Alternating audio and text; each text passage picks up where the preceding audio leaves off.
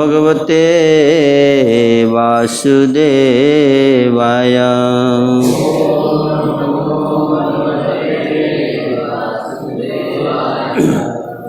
ओम नमो भगवते वासुदेवाय।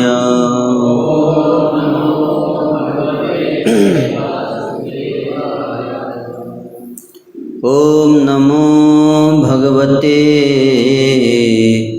वासुदेवाय।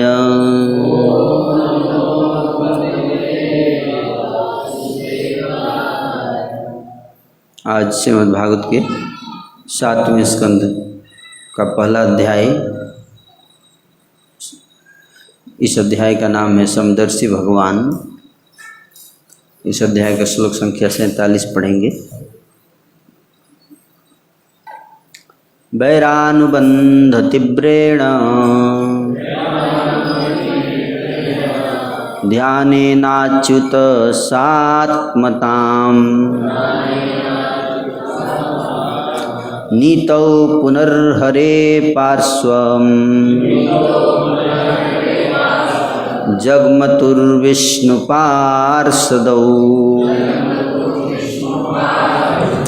वैरानुबंध तीव्रेण ध्यानेनाच्युत सात्मताम् नीतौ पुनर्हरे पार्श्वम् जगमतुर्विष्णु पार्षदौ। थोड़ा ही को कम करो प्रभु। वैरानुबंध तीव्रेण ध्यानेनाच्युत सात्मताम् नीतौ पुनर्हरे पार्श्वम् जगमतु विष्णु पार्षदौ। इको कम करना है ना। हरे कृष्ण। हरि बोल। बोलिए आप लोग, पढ़िए।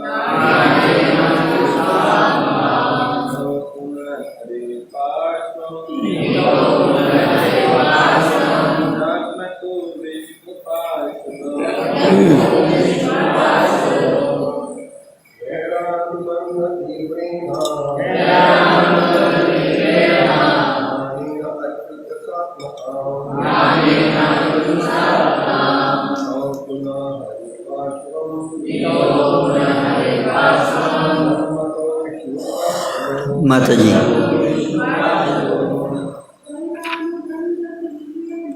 रामबंध तीव्रेण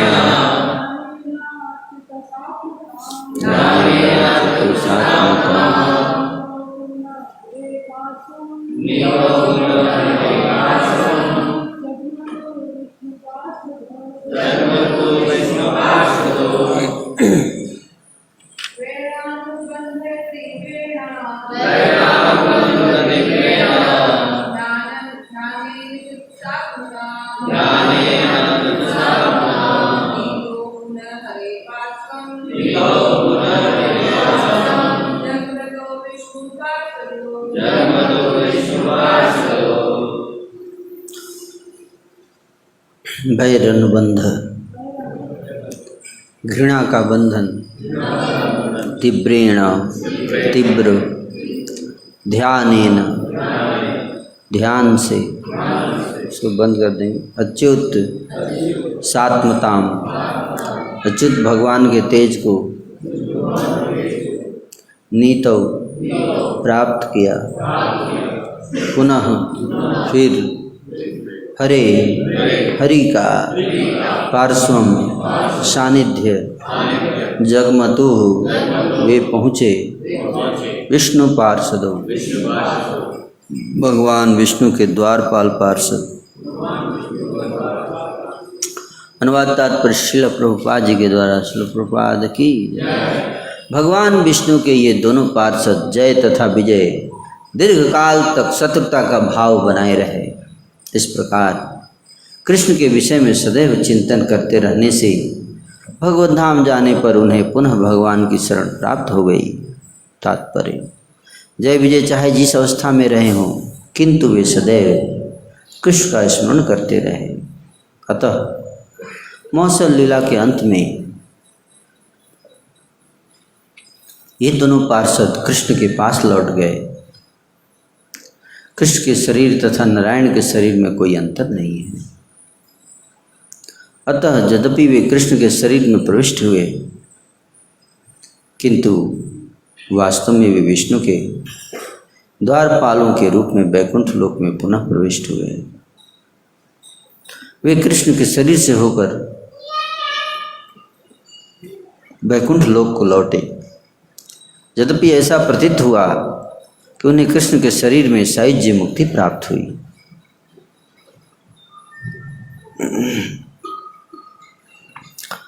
ओम ज्ञानतिमिरान्धस्य ज्ञानाञ्जनशलाकया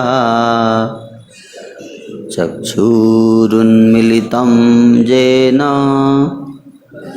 तस्मै श्रीगुरवे नमः। श्रीचैतन्यमनोभीष्टं स्थापितं येन भूतले स्वयं रूपः कदा मह्यं ददाति स्वपदान्तिकम्।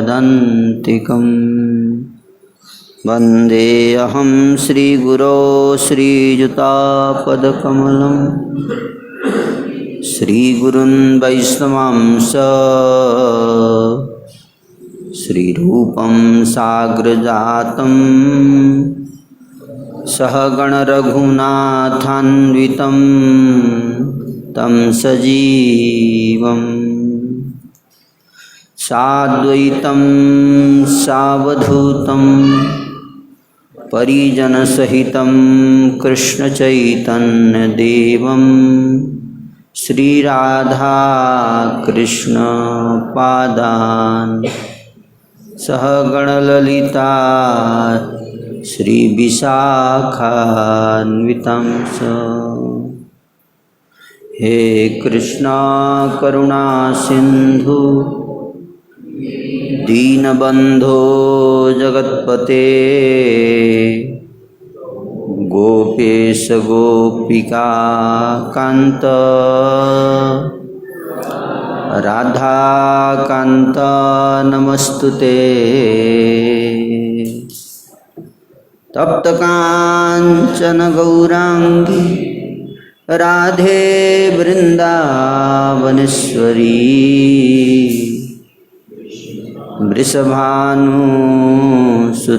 देवी प्रणमामि हरिप्रिये। वाञ्छाकल्पतरुभ्यश्च कृपा सिन्धुभ्यैव च पतितानां पावनेभ्यो वैष्णवेभ्यो नमो नमः। जय श्री कृष्ण चैतन्य प्रभु नित्यानंद श्री अद्वैत गदाधर श्रीवासादि गौर भक्तवृंद। हरे कृष्णा कृष्णा कृष्णा हरे हरे हरे राम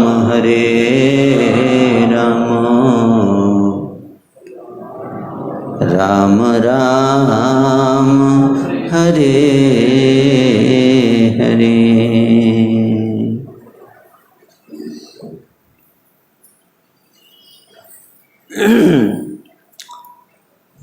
शिशुपाल और दंतवक्र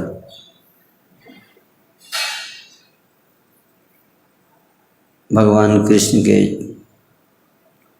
चचेरे भाई बने।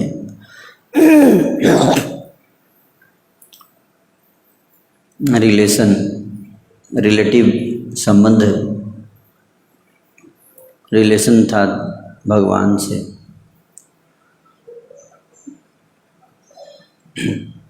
हालांकि शिशुपाल और दंतवक्र दोनों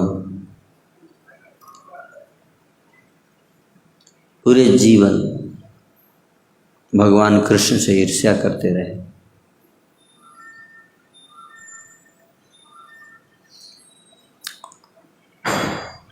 पूरे जीवन उनका प्रत्येक सांस कृष्ण के लिए था। कृष्ण की निंदा, कृष्ण में दोष देखना,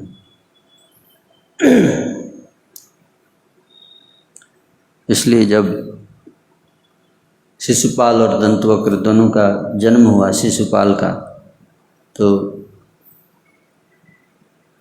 उनकी माँ बड़ी प्रसन्न थी। उसको लेकर आई और भगवान कृष्ण के गोद में पकड़ा दिया शिशुपाल को। भगवान ने उसको गोद में लिया, बच्चे को, शिशुपाल को अपनी गोद में लिया भगवान ने। जैसे गोद में लिया तो ऊपर से आकाशवाणी हुई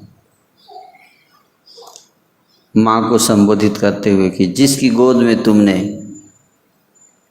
अपने पुत्र को दिया है वही उसका वध करेगा।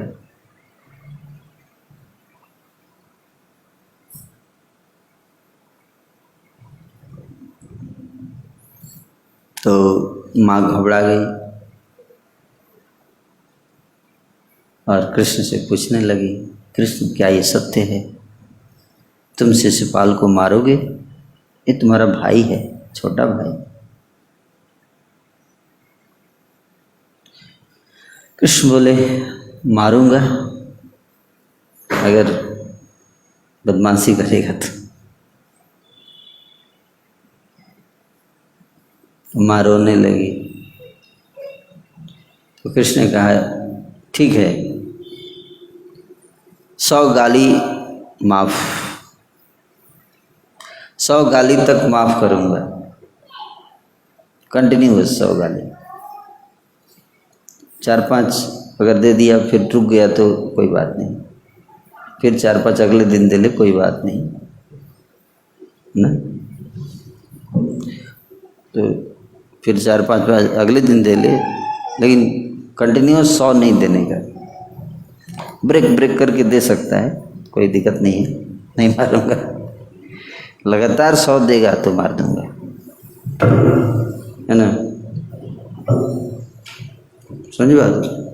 कंटिन्यूअस करने का बहुत वैल्यू है। रोज थोड़ा थोड़ा जप करने से, लगातार अगर जप करेंगे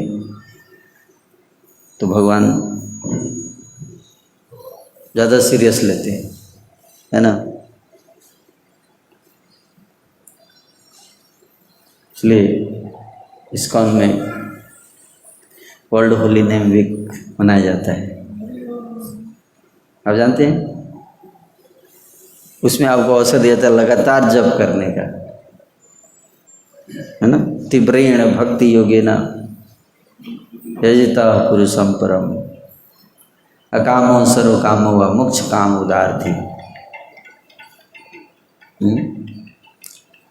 कि तीव्र भक्ति योग के द्वारा, है ना। भक्ति योग में क्या होनी चाहिए? हैं? तीव्रता होनी चाहिए। तीव्रता मतलब जानते हैं? इसमें इंटेंसिटी, तीव्रता। तीव्रता का महत्व है, हैं? तो तीव्रता से सफलता मिलती है, इंटेंसिटी, बहुत इंटेंसिटी। कोई भी सफलता चेंज लेकर आएगी। तीव्रता, इंटेंसिटी ना, ब्रिंग्स चेंज, है ना।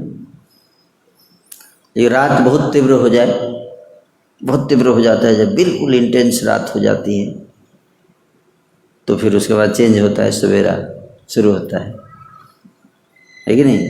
पीक पे जाके फिर कोरोना जब तीव्र हो जाता है, पीक पे जाता है ना, उसके बाद फिर नीचे आना शुरू हो जाता है ना। तीव्रता, इंटेंसिटी, बहुत है ना, इंटेंस भाव। जितनी इंटेंसिटी, तीव्रता बढ़ेगी हमारी, उतना ही ज़्यादा हमारा भक्ति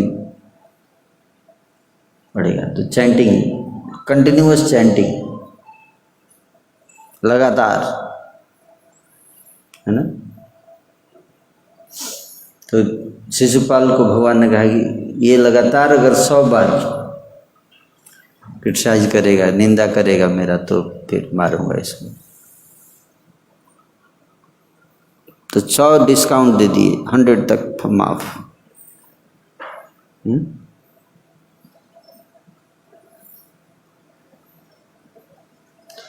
तो इस प्रकार से शिशुपाल जन्म से ही उसके अंदर ये भावना थी। क्या, कौन सी भावना? निंदा करने की भावना, निंदा करने की भावना। और वो कॉन्स्टेंटली इसी पे मेडिटेट करता था। आज कृष्ण कौन सी लीला करने वाले हैं, लीला का स्मरण करता था कॉन्स्टेंट। रोज एक्साइटेड रहता था जानने के लिए कि आज कृष्ण क्या कर रहे हैं। क्यों? ताकि जब पता चलेगा तो फिर उसमें दोष निकालेगा। उसका आइडिया ये था। लेकिन लीला अपडेटेड रहता था, है ना, दोष निकालने के लिए, है ना। किसी से अगर आपको ईर्ष्या हो जाती है तो उस पर मेडिटेशन ज़्यादा होता है, उसी का ध्यान रहता है ना। वो क्या कर रहा है, टेम्पल हॉल में भगवान भी हैं, लेकिन वो व्यक्ति आ जाएगा आपको तो ये देखो भाव दिखा रहा है, देखो कैसे भाव दिखा रहा है, ईर्ष्या का ये लक्षण है ना। तो प्रेम में भी ध्यान रहता है और ईर्ष्या में भी। जैसे हम प्रेम करते हैं उसको भी 24 घंटे उसी का ध्यान होता है। ईर्ष्या में भी सेम लक्षण है, केवल भाव बदल जाता है ना। इसलिए ईर्ष्या, द्वेष, ये सबसे बचना चाहिए।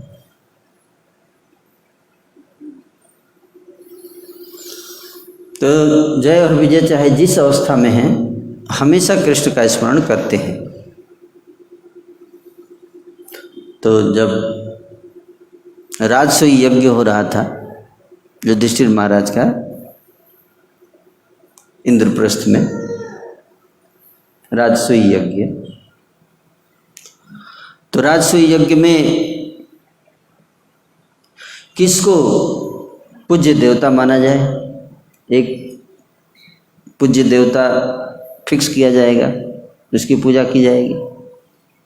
इस पे चर्चा चल रही थी, कौन से देवता को इष्ट देव बनाया जाए। ये डिस्कशन था उस राजसूय यज्ञ का। यज्ञ से पहले निर्धारित करना है किसको लक्ष्य करके यज्ञ किया जाएगा, किसकी प्रसन्नता को लक्ष्य करके यज्ञ किया जाएगा। भगवान बड़े विनम्र हैं, इतने विनम्र हैं भगवान कि राजसूय यज्ञ में जितने अतिथि आते थे, जितने अतिथि, सबका जूता शू स्टॉल का सेवा भगवान ने ले रखा था। सबको अलग अलग सेवा डिवाइड किया गया था, डिपार्टमेंट। तो कृष्ण ने कहा कि मैं शू स्टॉल का सेवा लूंगा। आज शू स्टॉल पे बैठ के जो भी आता था, गेट पे बैठे थे, सबका जूता लेकर रखते थे, उसका चरण धोते थे अपने हाथों से भगवान। शिशुपाल का भी धोए थे।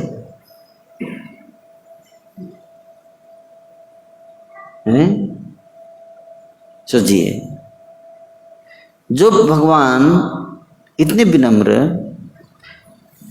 उसमें भी शिशुपाल को ने दोष दिख गया। क्या? देखो भाव दिखा रहा है।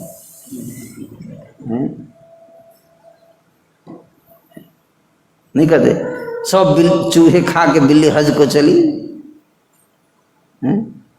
बड़ा जूता उठा रहा है, दिखा रहा है। ईर्ष्या होती है तो हर चीज उल्टा दिखता है, नहीं है?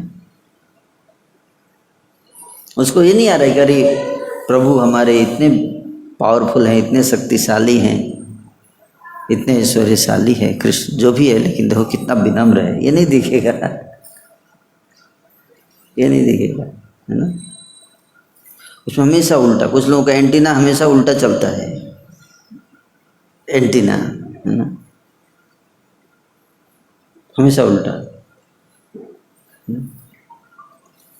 भौतिक संसार, किसी का वैभव, किसी का ऐश्वर्य, किसी का सेलिब्रेशन देखा नहीं जाता, इसलिए कुछ लोगों का नज़र ही खराब होता है। इसलिए कहते हैं नज़र ना लग जाए कहीं। आप जानते हैं नज़र लग जाता है ना, इसलिए बच्चों को संवारते हैं, सजाते हैं, तो उसके बाद एक टीका लगा देते हैं ऐसे, हैं? किस लिए? इतना सुंदर लगेगा तो नज़र लग जाएगा, इसलिए टीका लगा दिए, कालिख लगा दिए थोड़ा, तो उतना सुंदर नहीं दिखेगा, तो नज़र थोड़ा कम हो जाएगा। ठीक है, उतना सुंदर नहीं लग रहा है, अब नहीं लगाएंगे इसको नज़र, है ना।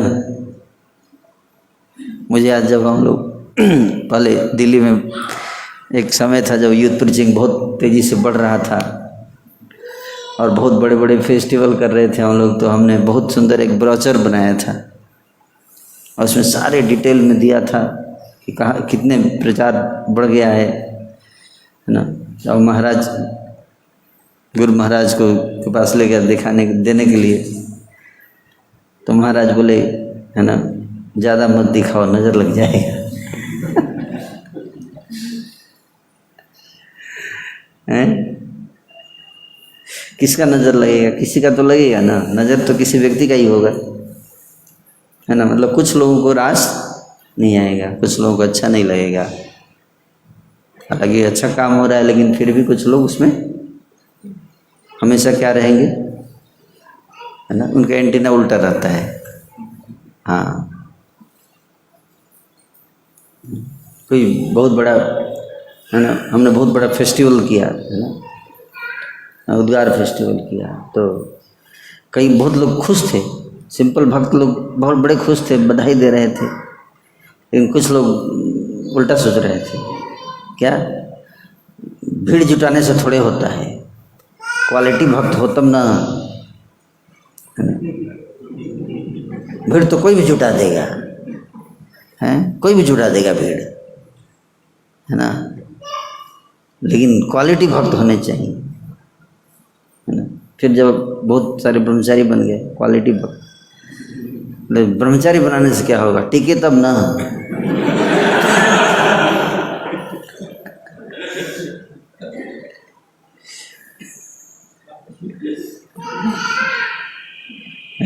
मतलब कभी आप एक्सेप्ट नहीं करेंगे कि हाँ आपने बहुत बढ़िया किया, है ना। ये स्वभाव है किसका? ईर्ष्या का स्वभाव है, ऐसे काम करता है। फिर आप अगर टिका भी दोगे तो भी प्रॉब्लम है उसको, टिक कैसे गए ये लोग, है ना, टिक कैसे गए, अरे, है ना। उसको हमेशा टेंशन रहेगा, टिक कैसे, वो माला भी करेगा तो कोई गिर जाए, कोई गिर जाए, हे प्रभु किसी को गिरा दीजिए प्रभु, टिक कैसे गए ये लोग, है ना, लाइक दैट। ऐसी स्वभाव, इसको होते हैं ईर्ष्या, है ना। किसी की महिमा को बर्दाश्त नहीं कर सकते, किसी का ऐश्वर्य को बर्दाश्त नहीं कर सकते, क्योंकि वो देख नहीं पाते कि किसी का ऐश्वर्य वो भगवान का ऐश्वर्य है। भगवान कहते हैं कहीं भी तुम अगर कोई व्यक्ति अच्छा कर रहा है तो उसको सोचो कि मेरी शक्ति उसके माध्यम से कार्य करेगी, मेरा तेज है कि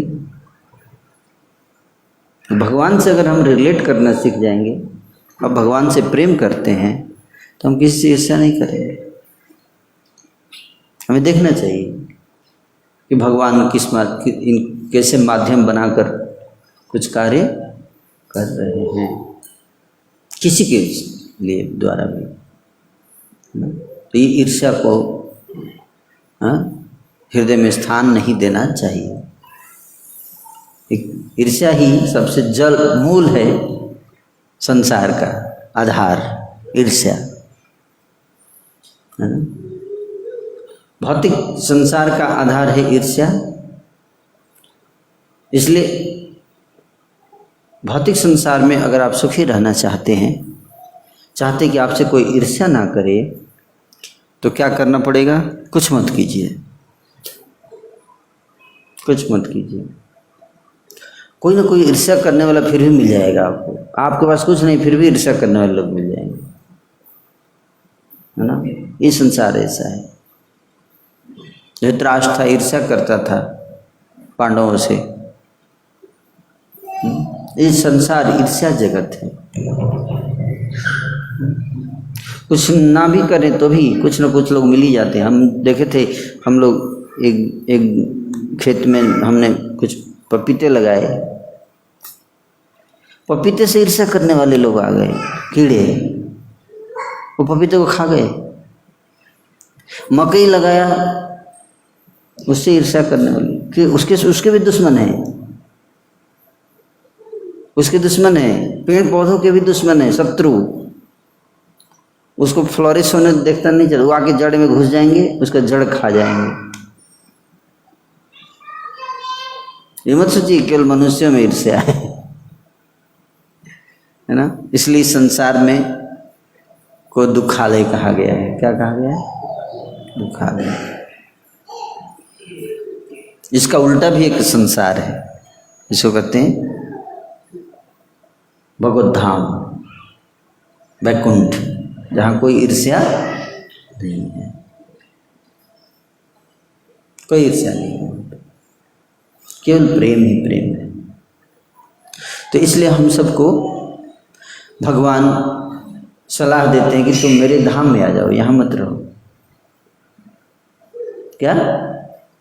मेरे धाम आ जाओ, यहाँ मत रहो, यहाँ सेटल। यहाँ पे कभी सुखी नहीं हो पाओगे। जैसे थोड़ा सुखी होगे किसी की नज़र लग जाएगी, हैं? थोड़ा सा जैसे ही आप सुखी हुए कोई न कोई नज़र लगा देगा। आपका बर्थडे सेलिब्रेट किया गया, किसी की नज़र लग जाएगी। ये देखो बड़ा खुश है आज, वो चहक रही है बर्थडे में, ये देखो इसको। ऐसे भी हो सकता है, हो जाता है। आपका बर्थडे सेलिब्रेट होगा, किसी की नज़र लग जाएगी। ऐसा कैसे हो गया भाई? ये क्या हो रहा है भाई? चैतन्य महाप्रभु जो है वो सन्यासी तो थे, और महाप्रभु ने संदेश दिया, भालना खाइबो भालना परिबो, भालना खाइबो भालना परिबो। लेकिन सार्वभौम भट्टाचार्य उनको बुलाया करते थे अपने घर प्रसाद खिलाने के लिए, तो जाते थे प्रसाद पाने। तो अमोघा जो है वो उनका दामाद था, सार्वभौम भट्टाचार्य का दामाद, उसका नाम था अमोघा।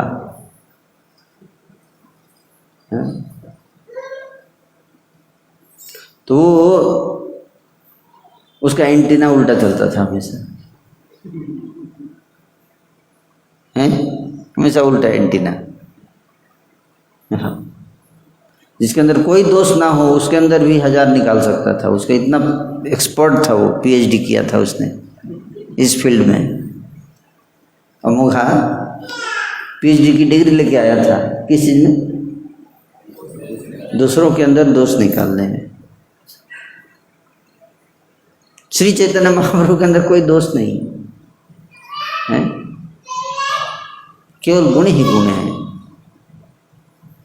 गौरांगेर मधुर लीला जार करणे प्रवेशिला हृदय निर्मल भेलोता। लेकिन अमोघा के लिए श्लोक ठीक नहीं था। अमोघा के कान में अगर गौरांग की मधुर ले जाती थी तो उसको बड़ा कड़वा लगता था, ये क्या हो गया, उल्टा है ना, उसमें उसको दोष दिखता था।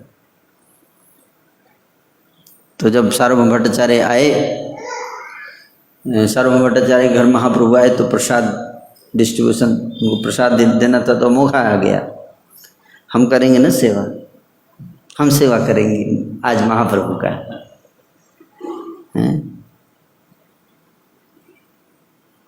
तो आके महाप्रभु को देने लगा प्रसाद, और लीजिए ना महाशय, और लीजिए ना महाशय। अरे क्या खाया आपने, कुछ खाया ही नहीं महाशय, थोड़ा और ले लीजिए प्लीज, थोड़ा थोड़ा ये भी ले लीजिए, थोड़ा ले लीजिए। तो महाप्रभु सोचे बड़ा प्रेम से खिला रहा है, भगवान तो प्रेम के भूखे हैं तो खा रहे हैं। और फिर जाके बोले देखो देखो देखो देखो इनको, देखिए वहाँ से संन्यास लिए हैं, सिखाते हैं भाल ना खाई वो, लेक्चर देते हैं भाल ना खाई वो। लेकिन देखिए देखिए वीडियो बनाओ प्रभु, वायरल करते हैं इसको, है ना। और वही वाला पोर्शन काटेगा, वो भेजेगा, वायरल करेगा, है ना। ऐसे लोग हैं ना। तो जाके सारे संसार में सुना रहा है, ये देखो बहुत खाता है, ये संन्यास ले लिया गलती से। श्री चैतन्य महाप्रभु क्या सन्यासी हैं, खूब खाते हैं। सन्यासी इतना खाता है, अब पहले खुद ही दे रहा है, ताकि सीन सेट हो जाए तो वीडियो बना सके, और उसके बाद उसको वायरल करके दिखाएगा कि देखिए ज़्यादा खा रहा है। ऐसे लोग भी हैं कि अगर आपके अंदर दोष नहीं है तो दोष क्रिएट करेंगे पहले, दोष क्रिएट करके फिर उसका वीडियो बना के फिर वायरल करके आपको, ऐसे जीव है संसार में। गलत बोल रहा हूँ तो बताइए, है कि नहीं? चैन से नहीं बैठते हो, उनका एंटीना हमेशा चलता रहता है एक्टिव। इसलिए फिर गया एक दिन, गंभीरा गया, दर्शन करने जा रहा हूँ महाप्रभु के, आज दर्शन करना है महाप्रभु के। तो जब गया तो वहाँ देख रहा है कि चींटी चल रही है। चींटी, अच्छा तो मिठाई खा रहे हैं सन्यासी महाशय, सन्यासी होकर मिठाई खाते हैं आप, हैं? ये देखो मिठाई, जरूर मिठाई खा रहे होंगे, नहीं तो चींटी कहाँ से आ जाएगी। चींटी है इसका मतलब आप मिठाई खा रहे थे, आप सन्यासी होके मिठाई खाते हैं आप। एक सन्यासी ढोंग कर रहे हैं आप, दरी सन्यासी।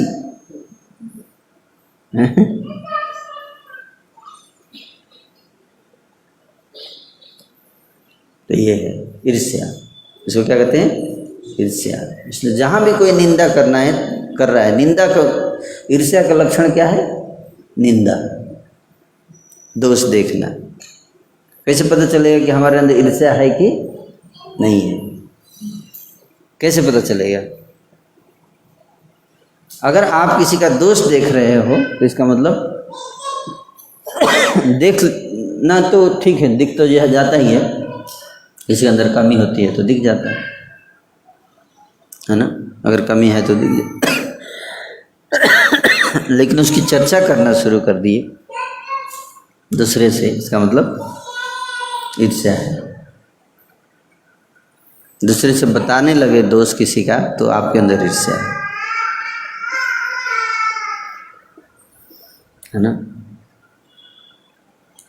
और ईर्ष्या जो है वो, इसका ये लक्षण है, दोष दृष्टि। इसलिए साधु जो होता है क्या होता है? अदोषदर्शी। क्या? अदोषदर्शी प्रभु पतित उद्धार, यही बार नरोत्तमे करो निस्तार। अदोषदर्शी है क्या होता है वैष्णव? अदोषदर्शी, किसी का दोष नहीं देखने का, किसी का दोष नहीं देखता है, नहीं देखेगा, पॉजिटिव सोचेगा ना, पॉजिटिव सोचता है ना। कोई उसके साथ पॉलिटिक्स भी कर रहा है, वो उसका हमेशा पॉजिटिव ही सोचेगा। कोई उसको मारने आया, वो देखेगा तो सोचेगा, है ना, उसके अंदर पॉजिटिव देखेगा। ये वैष्णव उसका स्वभाव में है।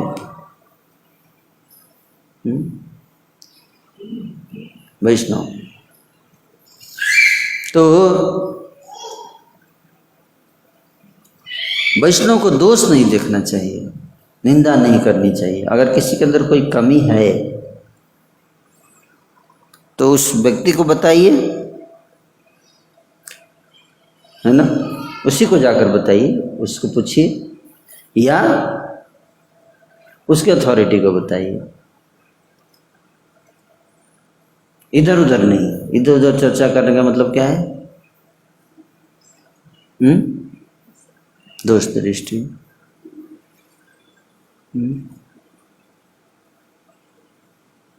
तो अदोषदर्शी बनना, क्या बनना है? किसी का दोष नहीं। तो बोलेंगे तो सुधार कैसे होगा संस्था में? संस्था में सुधार को भी तो कुछ समाज सुधारक भी तो होने चाहिए, नहीं?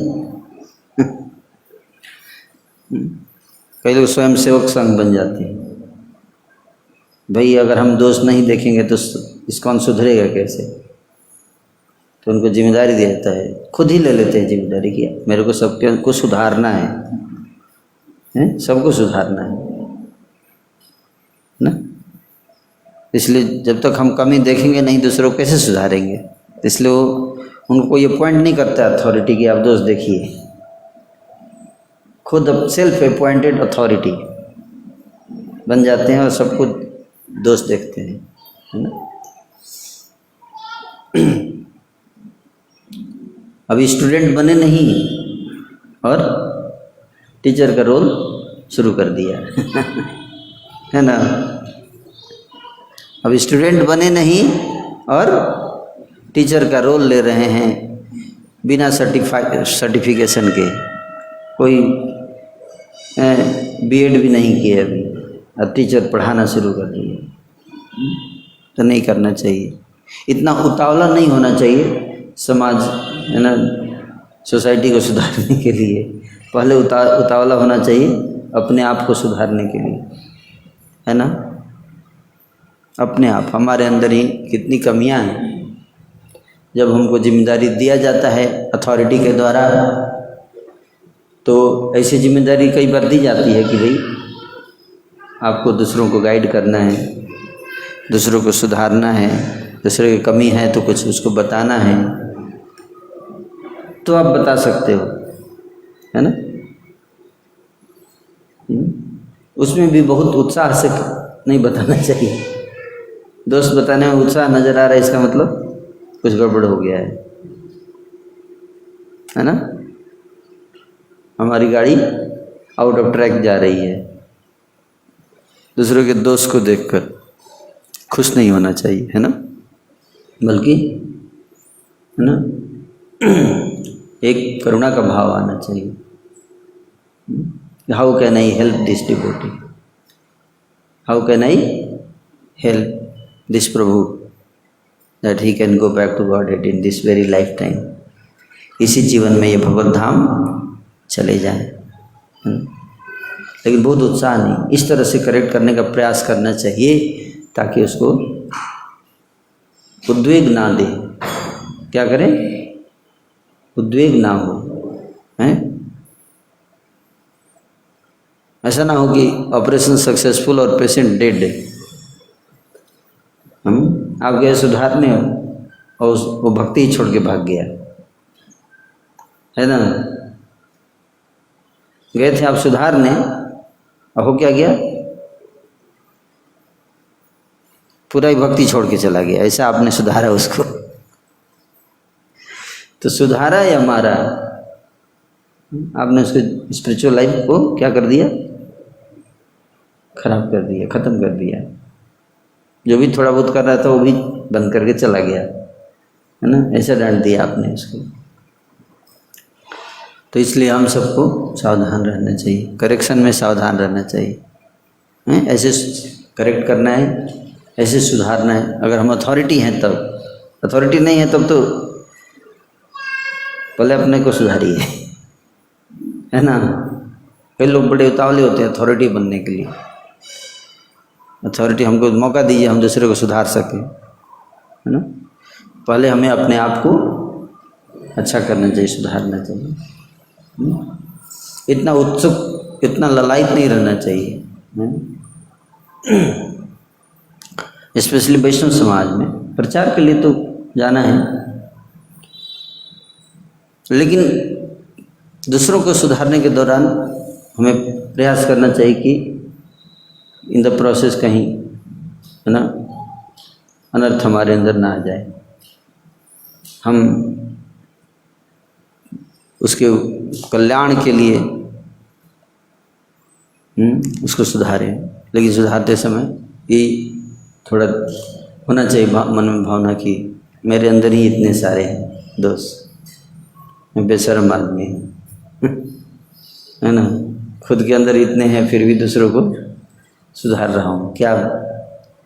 लेकिन भगवान ने ये सेवा दिया है तो करना पड़ रहा है, लेकिन बहुत खुशी से नहीं करना चाहिए। मेरे अंदर ही इतना है? तो इसलिए सबसे ज़्यादा फोकस करना चाहिए अपने अंदर के दोषों को सुधारने के लिए, उस पर ज़्यादा ध्यान देना चाहिए। तो ईर्ष्या का लक्षण है। इसलिए जब भी किसी के अंदर दोष दिखते हैं, चाहे आप अथॉरिटी हो या ना हो, अथॉरिटी भी अगर आप हैं, अगर किसी के अंदर दोष दिख रहे हैं तो थोड़ा सा तो सावधान हो ही जाना चाहिए, थोड़ा सा सावधान, और एक बार चेक कर लेना चाहिए कि कहीं ये ईर्ष्या वाला तो नहीं है, हैं? जेन्युइन उसको इम्प्रूव करने का कंसर्न है या आउट ऑफ एनवी, है ना? ईर्ष्या दो तरीके से आती है। एक तरीका यह है कि कोई व्यक्ति बहुत आगे बढ़ रहा है, क्या कर रहा है? हमसे ऊपर जा रहा है, तो ईर्ष्या हो सकती है।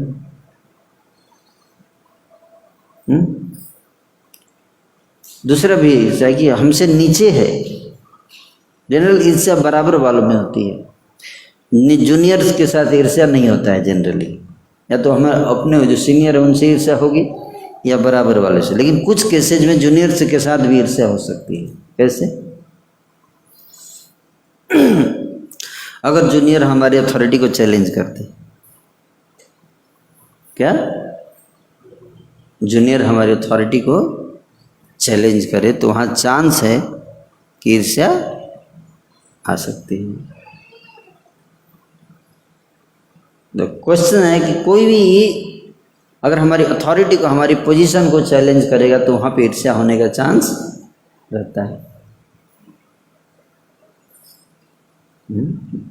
और ईर्ष्या आता है अहंकार से। कहाँ से आता है? ईर्ष्या का स्रोत क्या है? अहंकार। लक्षण भी बता दिया ईर्ष्या का, और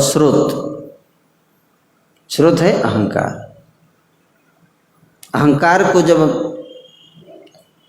चोट पहुंचती है तो जैसे सांप के ऊपर आप पैर रख दीजिए, वैसे तो सांप अपना चुपचाप जा रहा है, घूमता रहता है, लेकिन अगर किसी ने पैर रख दिया उसके ऊपर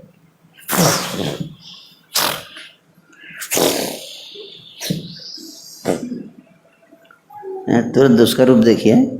यूट्यूब पे कई सारे वीडियो हैं, आप लोग देख लेना हैं। तो बोले प्रभु जी हमारा तो फन है नहीं, हम ऐसे नहीं करते हैं, हम तो मुस्कुराते रहते हैं बाहर से, लेकिन अंदर से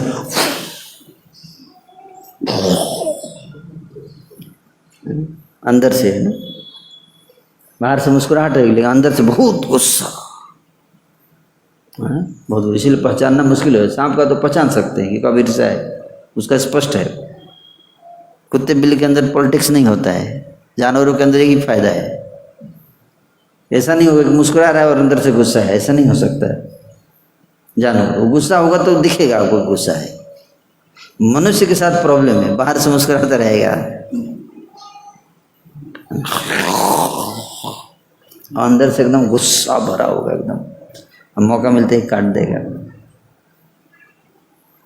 समझो बात को?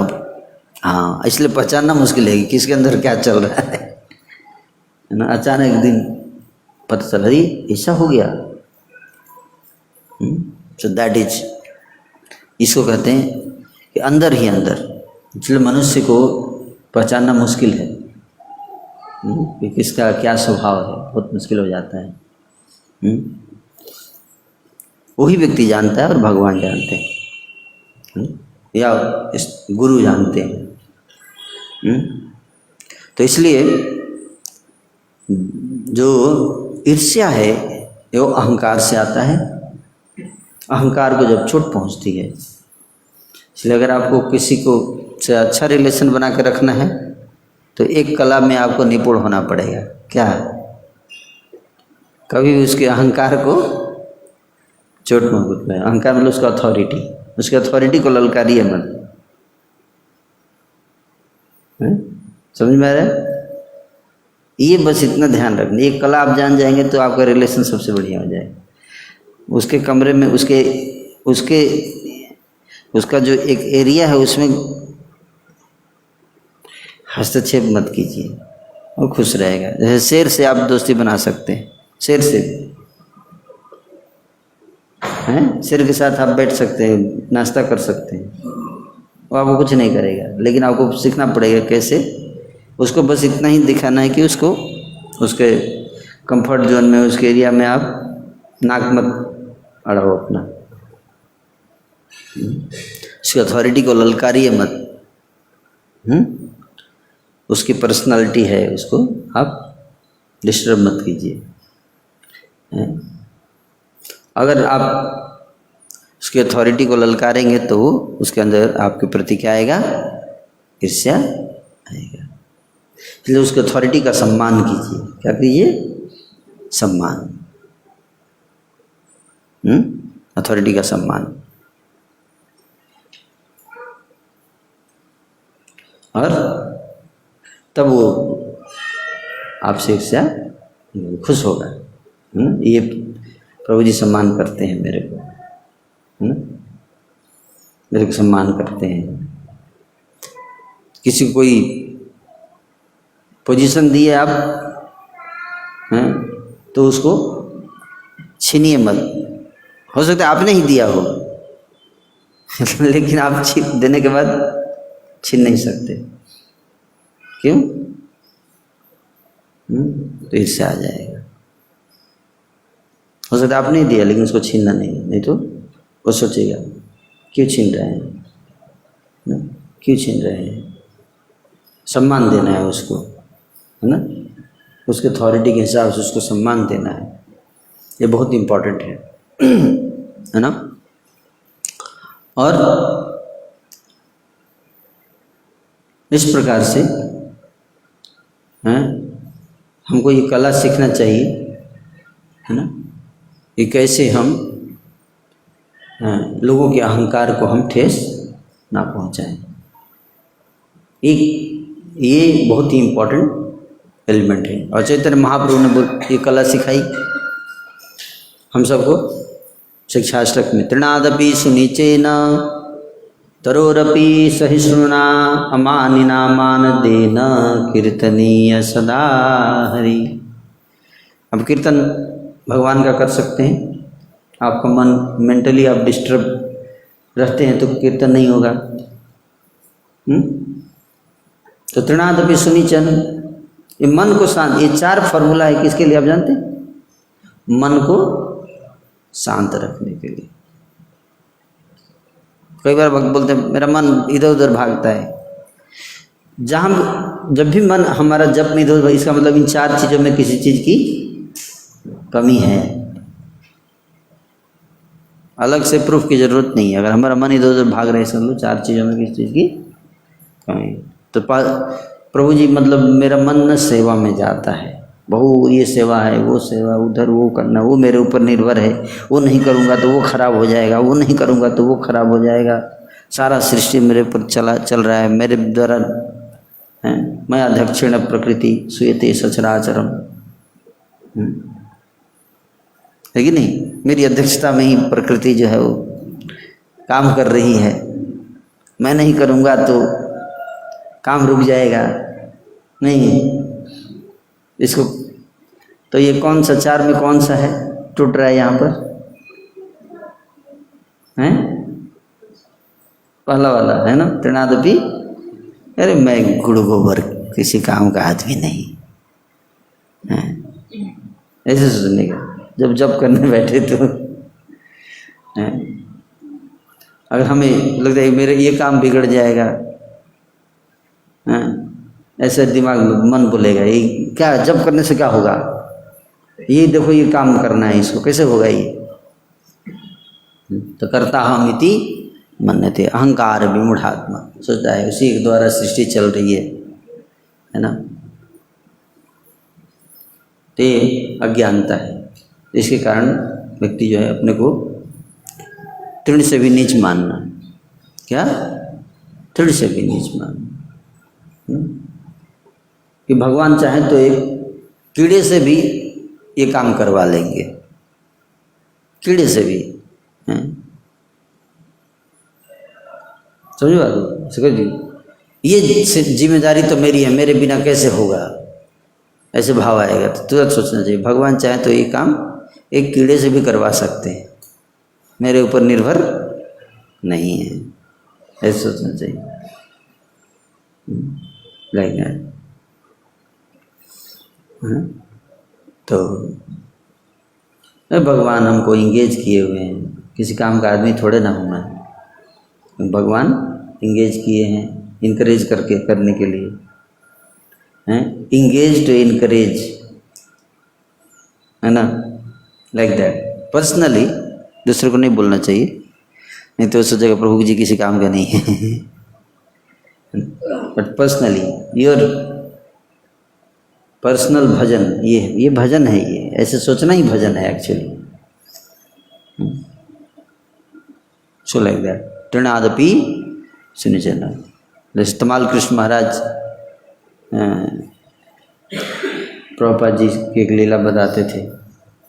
प्रभुपाद जी एक मंदिर में गए तो वहाँ पे जो मंदिर के इंचार्ज थे ना, तो वो जो है वो बहुत सारी बातें करने लगे ना।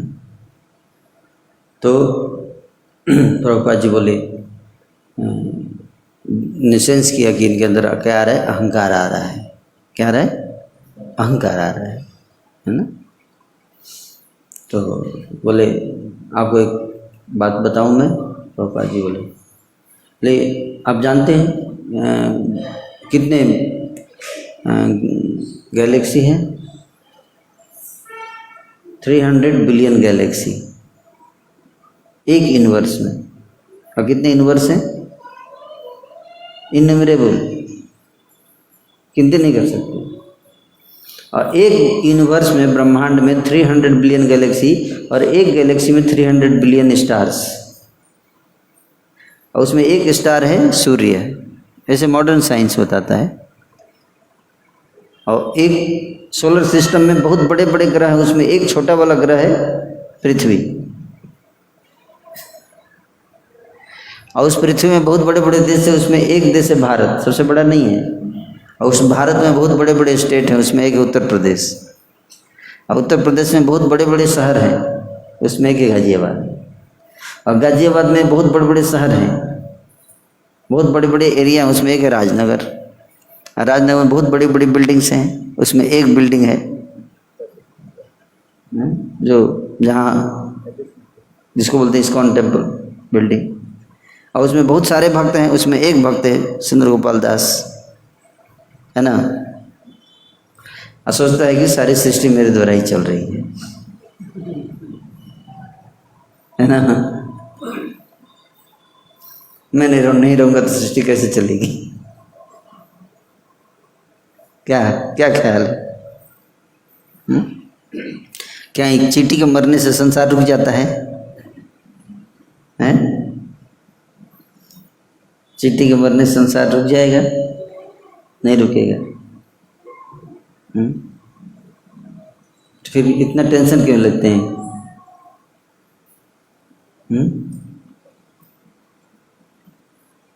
कर्ता का भाव क्यों? तो प्रभुपाद जी समझाए ऐसे, भक्त को समझ में आ गया कि प्रभुपाद जी बता रहे हैं कि हमारा कोई हमको इतना ज़्यादा अहंकार नहीं करना चाहिए, हमको तृण से भी अधिक विनम्र होना चाहिए, घास से भी नीचे हैं हम। तो कोई बोला घास से कैसे? हम जब भी खड़ा होते तो घास के ऊपर खड़ा होते हैं, नीचे कहाँ से चले जाएंगे? घास के नीचे कैसे घुसेंगे आप? शरीर इतना बड़ा है कि नहीं? कोई कीड़ा बोले कि घास के नीचे मैं घास से भी नीचा हूँ, हैं तो मान सकते हैं। अब वैष्णव बोल रहा है इतना बड़ा शरीर है, घास से भी नीचा, घास से नीचे कैसे जाएंगे? हैं? तो ये तो समझ में नहीं आएगा ना, कैसे घास से कैसे? घास तो इतना छोटा होता है, और उसके नीचे कैसे घुसेंगे? शरीर ही फिट नहीं होगा।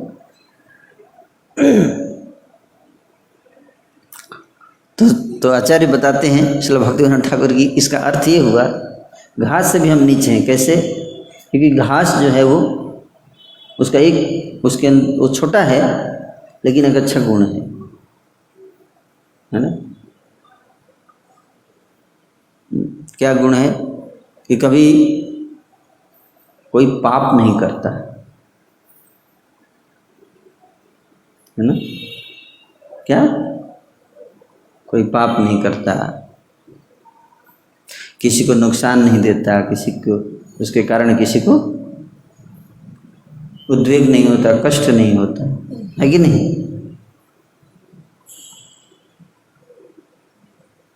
और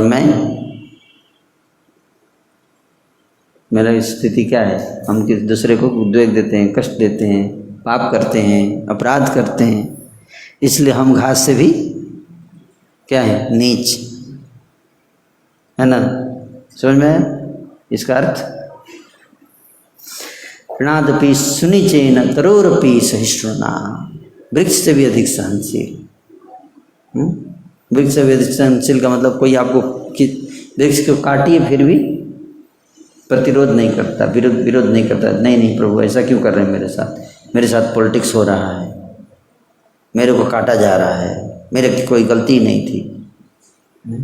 तो वृक्ष इतना सहनशील है कि अगर आपको कोई मारे भी काटे भी, आपको पता है कि ये व्यक्ति मेरे जड़ काट रहा है, फिर भी उसके प्रति दुर्भावना नहीं। ये सोचना चाहिए कि मेरे ही कर्मों का फल मुझे मिल रहा है, इसमें इसका कोई दोष नहीं है। भगवान की इच्छा के बिना कुछ नहीं हो सकता, है ना। कितने लोग सोच पाएंगे ऐसा? बताइए, कोई आपकी जड़ काट रहा है, आप उसके बारे में ऐसे सोच सकते हैं? तुरंत हम आग बबूला हो जाएंगे। ये देखो पॉलिटिक्स हो रहा है यहाँ, हमको यहाँ से हटाया जा रहा है, हमारी पोजीशन को खतरा है। जनरल हम सब का टेंडेंसी ऐसा ही है नहीं? हमारी सेवा थोड़ा बोल देते हैं, अगर अथॉरिटी बोल दे प्रभु ऐसा कर लीजिए ना, ये सेवा ना आप उनको दे देंगे क्या? थोड़ा आइए, आप तो अपने 2 बच्चे नए फैसिलिटेटर आए हैं हमारे चित्तरंजन प्रभु, हम चाहते हैं अपना 5 अपने अंडर के 5 भक्तों को इनको दे देंगे क्या? या 5 लाइफ मेंबर इनको दे देंगे क्या? ये देखो पॉलिटिक्स हो रहा है हमारे साथ, हमने इतने मेहनत से बनाया है, ये देखो हमारा दूसरों को दे रहे हैं, आज 5 बोल रहे हैं, कल फिर से 5, इनका कुछ और प्लान लग रहा है, लग रहा है हमको हटाने का प्लान है इनका, है एंटीना इसे चलने शुरू हो जा रहा है, नहीं है ना। ये देखो हमारा बुद्धि ऐसा है, इज नॉट रुपी से सुना भाई, हम सब ऐसे हैं, हम सब का स्वभाव ऐसा है। फिर रात भर नींद नहीं आएगी, ऐसा क्यों हुआ, हमारे अंडर के 5 लोगों को उनको क्यों दिया गया, ऐसा थोड़े होता है, मेहनत मैंने किया था, इतना मेहनत करके बनाया था, 5 भक्त उधर दे दिया गया, उनको दे दिया गया, ये अन्याय है, ये इसके खिलाफ मैं सुप्रीम कोर्ट जाऊंगा, केस करूंगा, इसे हार नहीं मानूंगा मैं, है ना भाई, है ना। अपना पक्ष रखने में कोई गलती नहीं है, रखना चाहिए, लेकिन मन में दुर्भावना नहीं आनी चाहिए, है ना, मन में दुर्भावना नहीं, क्योंकि इस संसार में पाने के लिए कुछ है नहीं जिसके लिए हम इतना परेशान रहते हैं, है ना। पाने के लिए कुछ भी नहीं है, कुछ भी नहीं।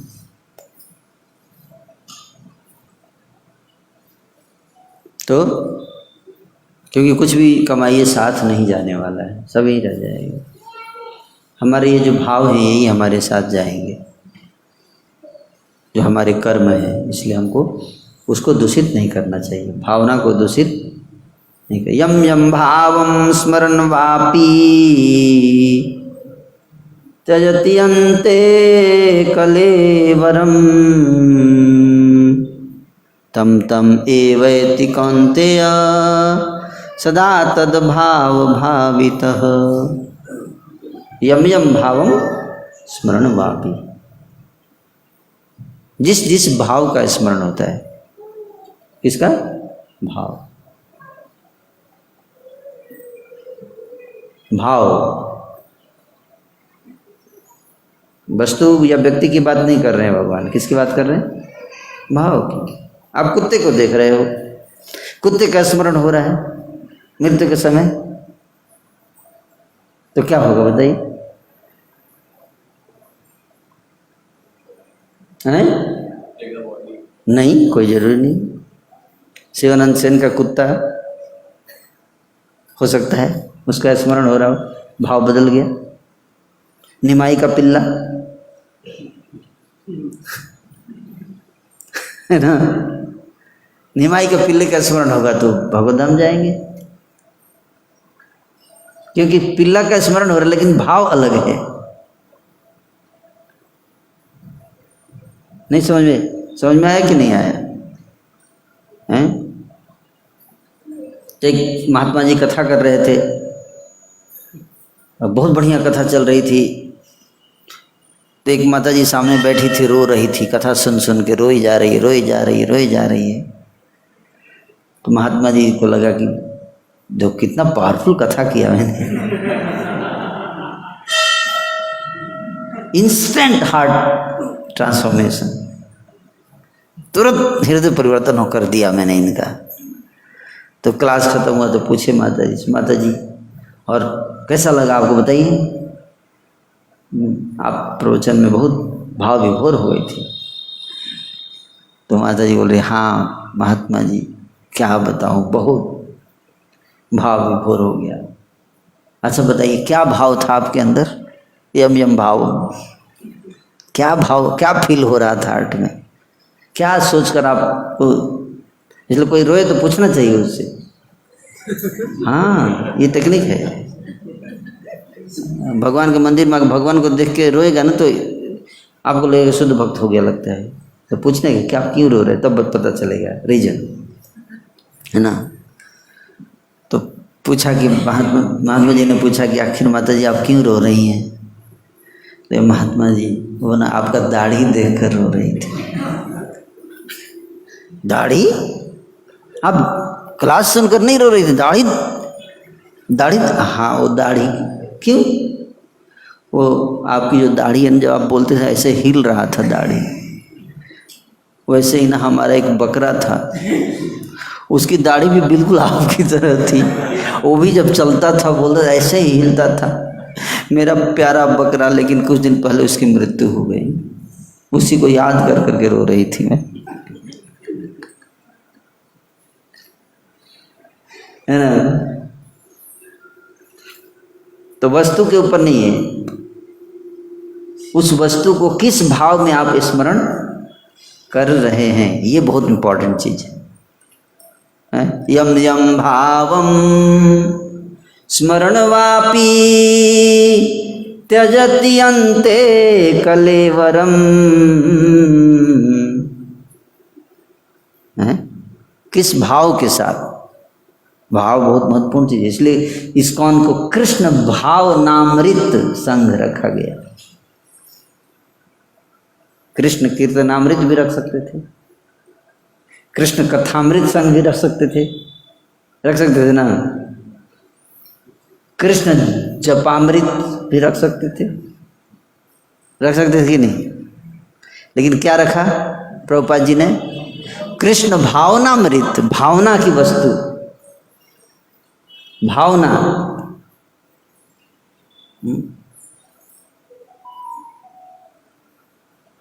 ये बहुत महत्वपूर्ण चीज है, समझना चाहिए कि भाव क्या है हमारा, है ना। तो भाव को चेक करना चाहिए किसी का इमोशन, भाव के पीछे क्या भाव है, आपके भाव के पीछे क्या भाव है, तो पता चलेगा कि भाव का अभाव है, क्योंकि माया का प्रभाव है।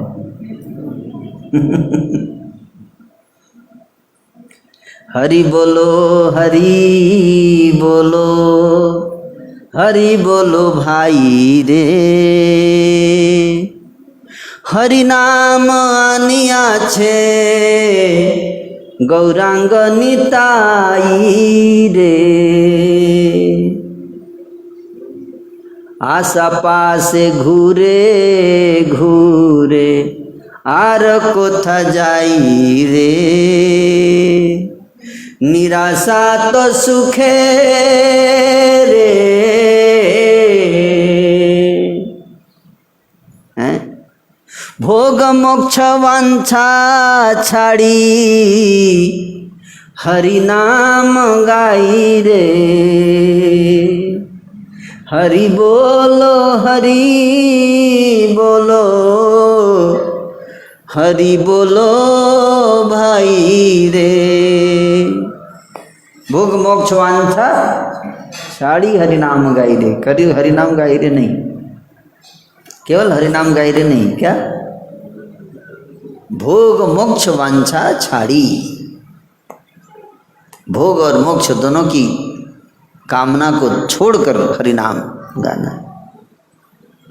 निराशा तो सुखी है, आशा पासे घुरे घुरे आर को था जाई रे। आशा के पास में, आशा किस चीज की आशा? आशा कौन सी आशा? ये आशा कि संसार में भी कुछ सुख है, जिसको मैं ढूंढ रहा हूँ, निकाल रहा हूँ, प्रयास कर रहा हूँ। जब तक सांस तब तक आस, है ना। आशा खत्म नहीं होती। अंगम गलितम मुंडम पलितम दसन विहीनम जातम चुंडम वृद्धो वापि गृहीत्वा दंडम तदपि न मुंचति आशा पिंडम। आशा क्या? आशा छोड़ती नहीं है हमको। अंग गल गए, सिर के बाल उड़ गए, नेचुरल ब्रह्मचारी बुढ़ापे में, है ना। कई लोग पूछते हैं कि आप लोग बाल क्यों उड़ा लेते हैं?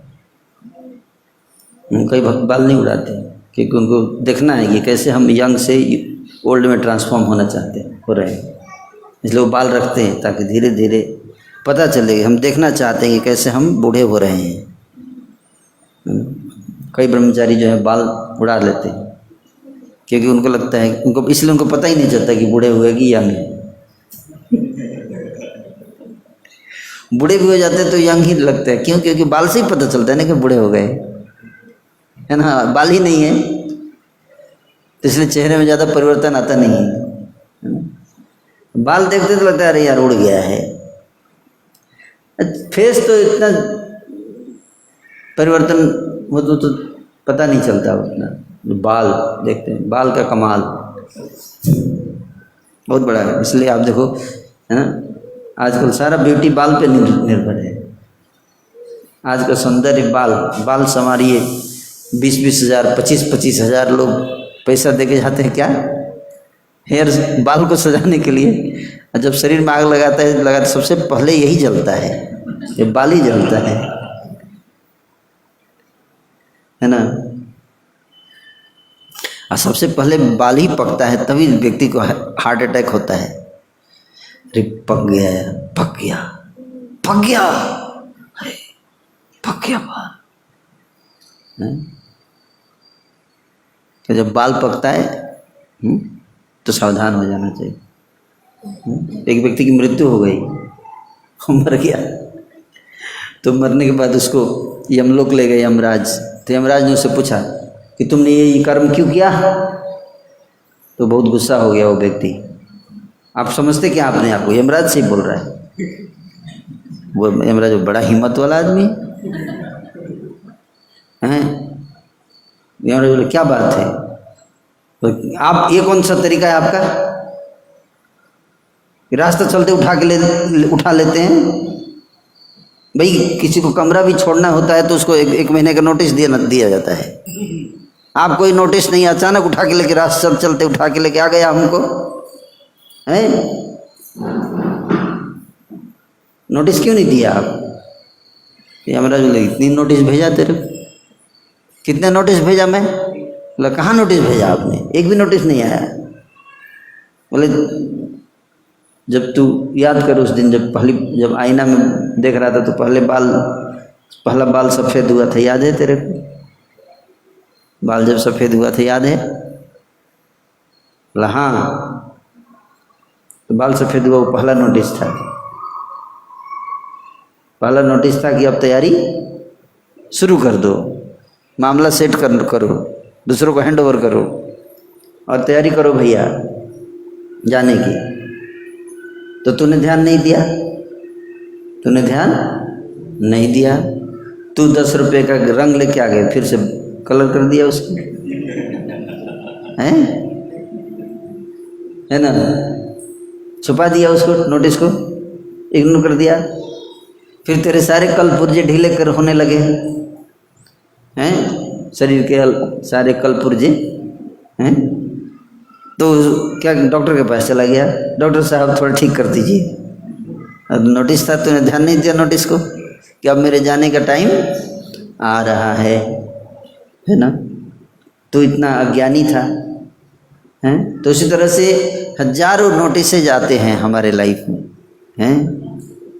लेकिन हम लोग सुनते नहीं हैं, क्योंकि हम एक्सेप्ट नहीं करना चाहते कि हमको ये सब समस्याएं आएंगी। आशा, जल्दी से आशा त्यागो। आशा ही सबसे सारी समस्या की क्या है? कर्म को मत त्यागो। किसको त्यागो? आशा को त्यागो। कौन सी आशा? कर्म के फल को भोगने की आशा को त्यागो, कर्म को मत त्यागो। जैसे हम ऐसी बात बोलते हैं आशा त्यागने की, तो लोग कर्म त्याग देते हैं, कर्म त्याग देते हैं। नहीं, कर्म नहीं त्यागना है, कर्म नहीं त्यागना है। क्या त्यागना है? भोग मोक्ष वांछा छाड़ी। किसको छोड़ना है? भोग को छोड़ना है या मोक्ष को छोड़ना है? नहीं, भोग और मोक्ष की वांछा को छोड़ना है। वांछा, भोग मिले तो नहीं छोड़ना है, खा लेने का।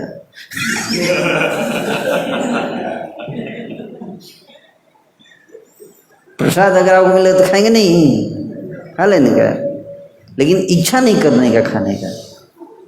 देखो, मतलब कि किसी दिन नाम मिले तो भी डिस्टर्ब मत हो, है ना।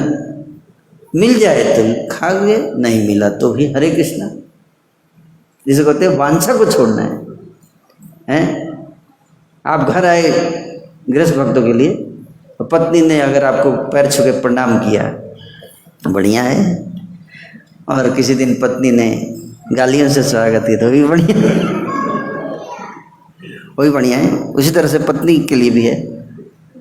किसी पति ने बहुत अच्छे शब्द बोले, बड़ाई किया, है बहुत गुणवती है मेरी पत्नी, है तो बढ़िया है।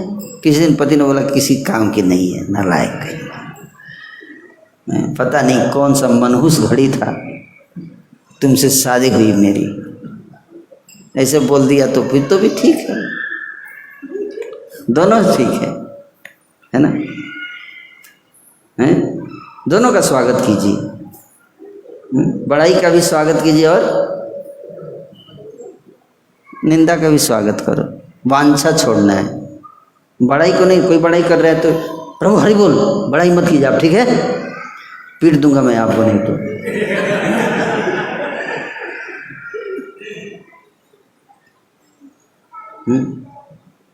वांछा को छोड़ना है।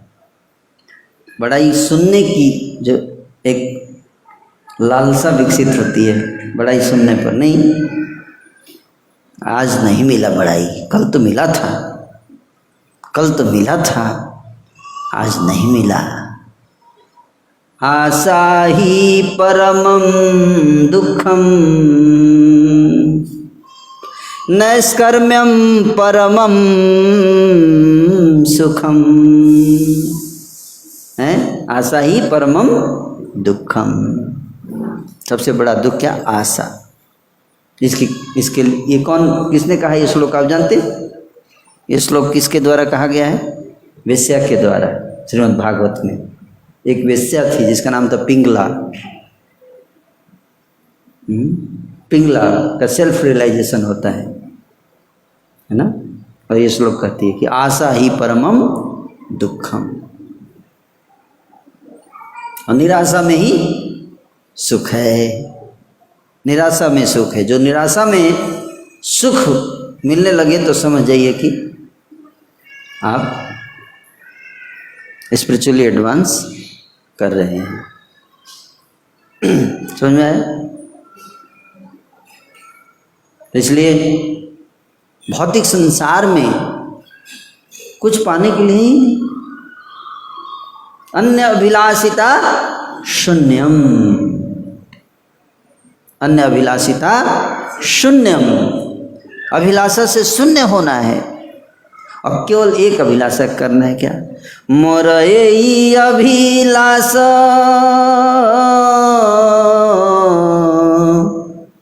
मोर यही अभिलाषा, विलास कुंज दियो वास,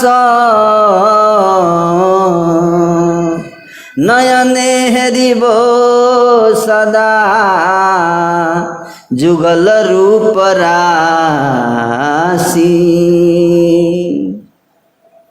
एई निवेदन धर सखीर अनुगत करो, सेवा अधिकार दिए करो निज दासी। है सेवा अधिकार। मोरे अभिलाष, इतना अभिलाषा करना है। मुकुंद मुर्ना प्रणिपत्तयाचे, भवन्तमेकान्तमर्थम, अविस्मृति त्वच्चरणारविंदे, भवे भवे मैस्तु भवत् प्रसादात्। राजा कुलशेखर कहते हैं, हे मुकुंद, आपके चरण कमलों में मेरी इतनी सी प्रार्थना है,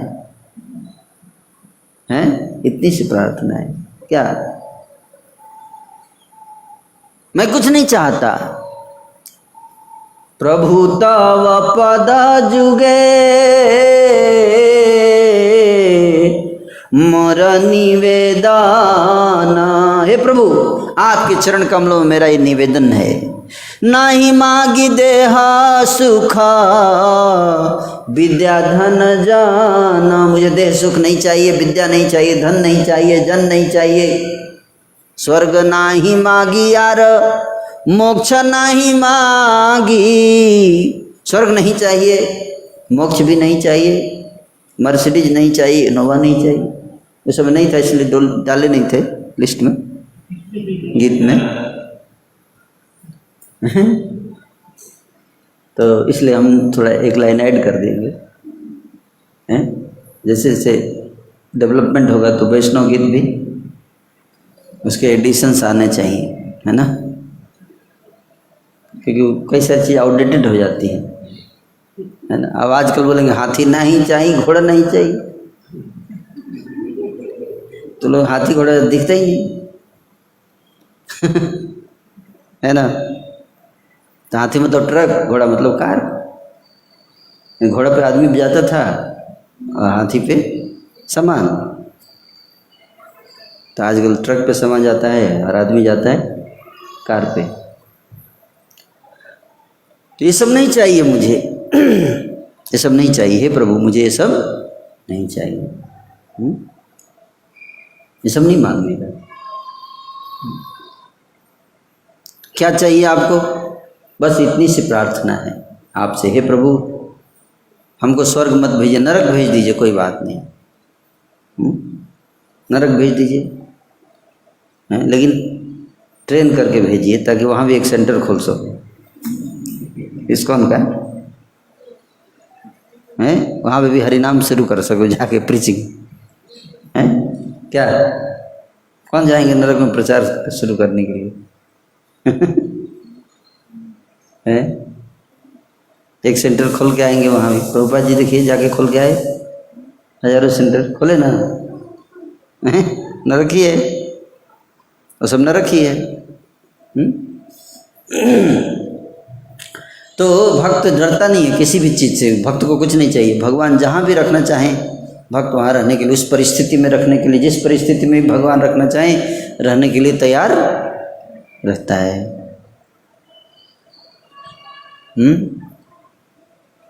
संपदे विपदे जीवने मरणे, संपत्ति हो विपत्ति हो दोनों परिस्थिति में कोई दिक्कत नहीं। विपत्ति आ जाए कोई बात नहीं, हरि बोल, है। संपत्ति आ जाए तो भी हरि बोल, विपत्ति आ जाए तो भी हरि बोल, है कि नहीं। तो जीवन जन्म हो तो भी ठीक, मृत्यु हो तो भी ठीक। अब कोरोना में कई लोगों की मृत्यु हो गई, है कि नहीं, कई लोगों की मृत्यु हुई, और ठीक है, क्या कर सकते हैं, ठाकुर जी की इच्छा है ना। तो कुछ भी पाने की इच्छा नहीं, हर परिस्थिति में भगवान जिस परिस्थिति में रखें उसी में रहना है। जो भी 40-50 साल का जीवन है उसमें रह लीजिए, क्या दिक्कत है कि नहीं। और लेकिन भगवान से इतना जरूर मांगना चाहिए, क्या, भवन्तमेकान्तमियन्तमर्थम, आपसे ज़्यादा नहीं, एक चीज़ मांगना है। 10-15 चीज़ मांगेंगे तो उससे भगवान भूल जाएंगे, कंफ्यूज हो जाए कौन सा दें कौन सा नहीं। तो एक चीज़ मांगना है, एकांतम, भवन्तम एकांतम इयंतम अर्थम। आपसे केवल एक, इयंतम इतना ही, ज़्यादा नहीं, एक चीज़ मांगना है। तो क्या मांगेंगे? अविस्मृति त्वच्चरणारविंदे, आपके चरण कमलों को मैं कभी भूलूं नहीं, हे प्रभु। हैं क्या? आपके चरण कमलों का कभी मैं भूल न जाऊं, बस इतना ध्यान रखिएगा कि जहाँ भी रहूं, जिस परिस्थिति में भी रहूं, आपके चरण कमलों की महिमा को मैं भूलूं ना। चरण कमला बंदो हरिराई, जाकी कृपा पंगु गिरि लंघे, अंधे को दियो किछु दर्शाई, बाहिर सुनी मुख पुनि बोले, रंक चले सिर छत्र धराई, चरण कमल बंदो हरिराई। भगवान के चरण कमलों की कृपा से अंधा भी देख सकता है, अंधा भी देख सकता है, लंगड़ा भी पहाड़ों के पार जा सकता है, हैं? लंगड़ा भी।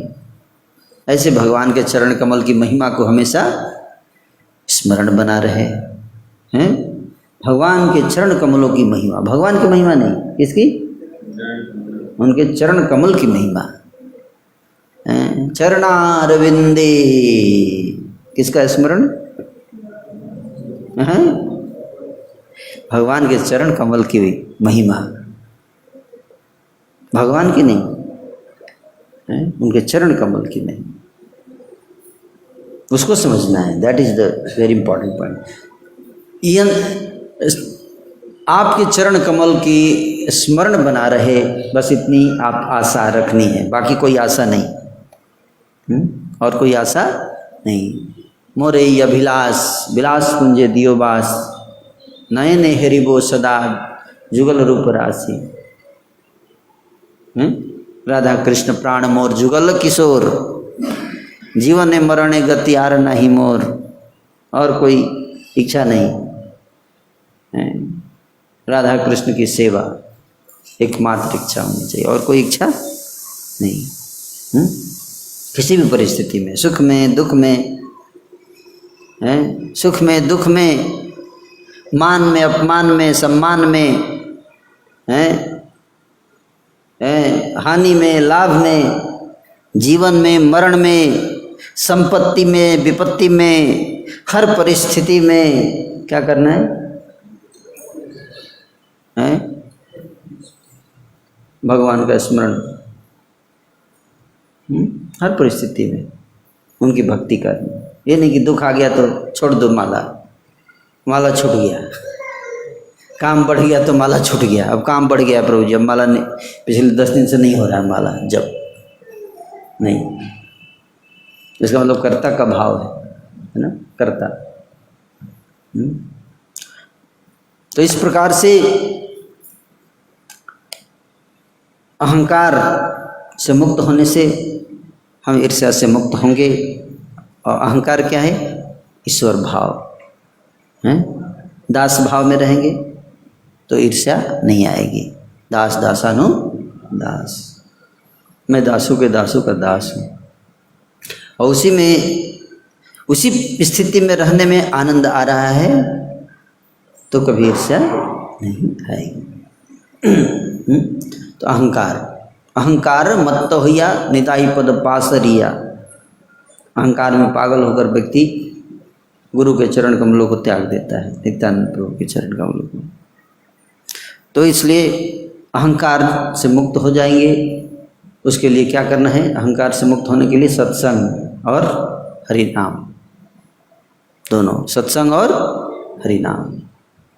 सत्संग सबसे ज़्यादा इम्पोर्टेंट है। सत्संग में क्या बताया जाता है? सत्संग से आपको पता चलता है कि कहाँ पे, व्हाट इज गोल। हम लोग भटक जाते हैं अपने लक्ष्य से, तो सत्संग में हमको क्या पता चलता है कि लक्ष्य है। और हरिनाम क्या है? तीर चलाना है। तो पहले लक्ष्य को साधना है, उसके बाद तीर चलाना है कि नहीं? यस और नो? तो सत्संग में हमको क्या सिखाता है? हमको लक्ष्य साधना, और हरिनाम तीर है ना। और नहीं तो हम तीर चलाते रहेंगे, मर कोई और जाएगा, है कि नहीं? तो हमारा लक्ष्य, जब हरिनाम लेते हैं तो क्या लक्ष्य होना चाहिए? यही कि हे प्रभु, मुझे कुछ नहीं चाहिए, बस इतना ही चाहिए कि आपके चरण कमलों का स्मरण बना रहे। ये सोच के हरे कृष्णा करना है, तब तो ठीक है, नहीं तो तीर इधर उधर लगेगा, कुछ और मिल जाएगा आपको, हैं? कुछ और मिल जाएगा। क्या मिलेगा? भौतिक चीज़ें मिल जाएंगी, और फंस जाएंगे भौतिक संसार में। ठीक है, तो यहीं पे विराम देंगे। किसी कोई प्रश्न है तो पूछिए। Thank you. Yes, any question?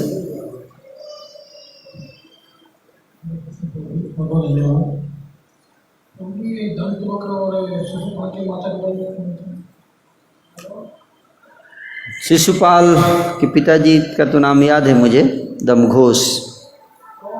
माता का नाम याद नहीं।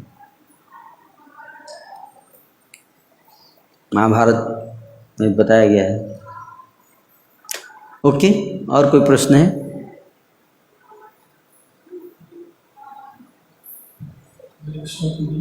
तो इसमें अनुवाद में लिखा था, because of always thinking of Krishna in this way they regain the shelter of the lord. In this way मतलब they were critical of Krishna, negative thinking करते थे भगवान के। सो टोटली मतलब भगवान के बारे में इच्छा करते हैं और फिर भी हाँ, और उसके भगवान के शरीर में प्रविष्ट कर गया शिशुपाल। उसका सिर जब काटा भगवान ने सुदर्शन से, मैं बता रहा था कि राजसूय यज्ञ में निर्धारित किया जाता है कि कौन किसकी पूजा की जाए, इष्ट देव कौन होंगे। तो सब लोग, सारे ऋषि मुनि एक मत हो गए कि कृष्ण को ही बनाया जाए इष्ट देव। लेकिन शिशुपाल था, गुस्सा हो गया। जैसे ही कृष्ण का नाम सुना कि इनको इष्ट देव बनाया जा रहा है, उससे बहुत गुस्सा आया। खड़ा हो गया वहीं पे और लगातार गाली देने लगा, इसको बना रहे हैं आप लोग इष्ट देव, इसको बनाएंगे आप इष्ट देव, इसने ये किया था, इसको बनाएंगे आप इष्ट देव, इसने ये किया है। गाली दे, 100 गाली दिया। जब जैसे ही 100 कोटा फुल हुआ, सुदर्शन से सिर काट दिया भगवान। सुदर्शन प्रकट और ऑन द स्पॉट उसकी आत्मा निकल के कृष्ण के शरीर में प्रविष्ट कर जाती है, हैं? लेकिन कृष्ण के शरीर में प्रविष्ट करके कृष्ण नहीं बनता है, वहाँ से वो जाता है बैकुंठ।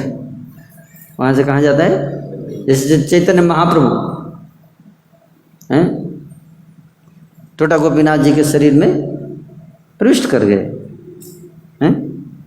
तो ये नहीं सोचना चाहिए कि टोटा गोपीनाथ बन गए। चैतन्य महाप्रभु का अलग अस्तित्व है, लेकिन तो शरीर में प्रविष्ट करने का मतलब नहीं कि घुस गए अंदर, नहीं, वो रास्ता है। वहाँ से कहाँ गए? बैकुंठ ट्रांसफर हो गए, अंदर जाके बैकुंठ चले गए, फिर से द्वारपाल जय विजय बन गए, है ना? तो ऐसे समझना चाहिए। तो ये भगवान का स्मरण किया उन लोगों ने।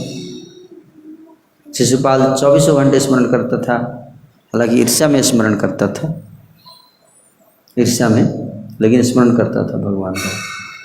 तो शुद्ध हो गया वो। जब पिटाई हुआ उसके बाद शुद्ध हुआ, पिटाई के दौरान शुद्ध हुआ, लेकिन उसका सिर कट रहा था उस पीरियड में ही, उतने छोटे से पीरियड में ही उसका पूरा प्यूरिफिकेशन हो गया। समझी बात नहीं? तो जय और विजय थे, इनको भगवान को वापस लेके आना था। तो कंडीशन तो बढ़िया, जेनरिक तो नहीं ले सकते कि भगवान के बारे में हम इंटेंसली चाहे नेगेटिव भी सोचेंगे फिर भी हमें भगवान की शक्ति मिल जाएगी।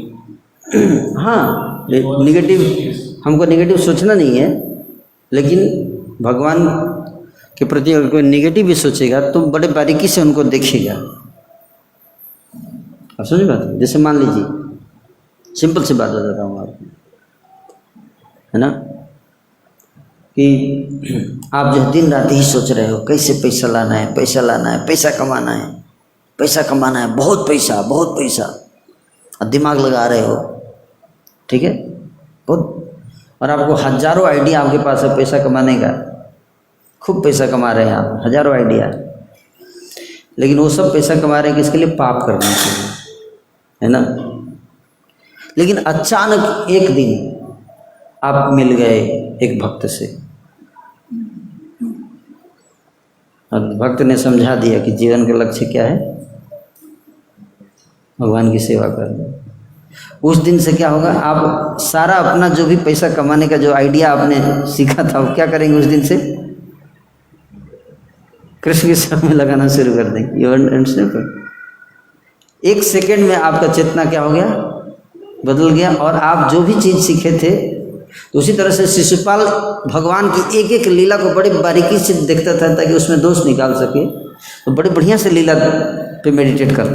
अंडरस्टैंड? क्वालिटीज, पास्ट टाइम सब पॉजिटिव हो गया ना। वही करते समय इन द प्रोसेस दर्द होता है तो रियलाइजेशन आता है। भगवान अपना स्वरूप दिखाए भी इसको। Is that okay? सुदर्शन मतलब अच्छा से दर्शन। कुछ लोगों को सुदर्शन देख के भगवान के रियलाइजेशन अच्छा होता है, समझ बात को। कुछ लोगों को मृत्यु देख के राम नाम सत्य याद आता है ना। वैसे बताते रहिए, बोलेंगे क्या फायदा हरे कृष्णा करने का, है ना। जब मृत्यु हो जाएगा तो राम नाम सत्य नहीं, कॉन्शियसनेस चेंज हो जाता है उस दिन को। कुछ नहीं है इस संसार में। जिस दिन किसी डेथ हो जाए घर में, परिवार में, तो लोग ऐसे बैठ के बातें करना शुरू कर देते हैं, है ना। कुछ नहीं है संसार, सब माया मोह है, एक दिन तो जाना ही है। नहीं बात करते कैसे? सुदर्शन हैं, सुदर्शन ठीक है।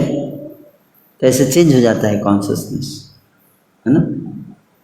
बस उसके बाद फिर से असत्संग होता है तो फिर उसी में आ जाएगा। लेकिन अगर उसके बाद असत्संग नहीं होगा तो कॉन्शियसनेस में बना रहेगा व्यक्ति, लाइक दैट। ओके, यस प्रभु।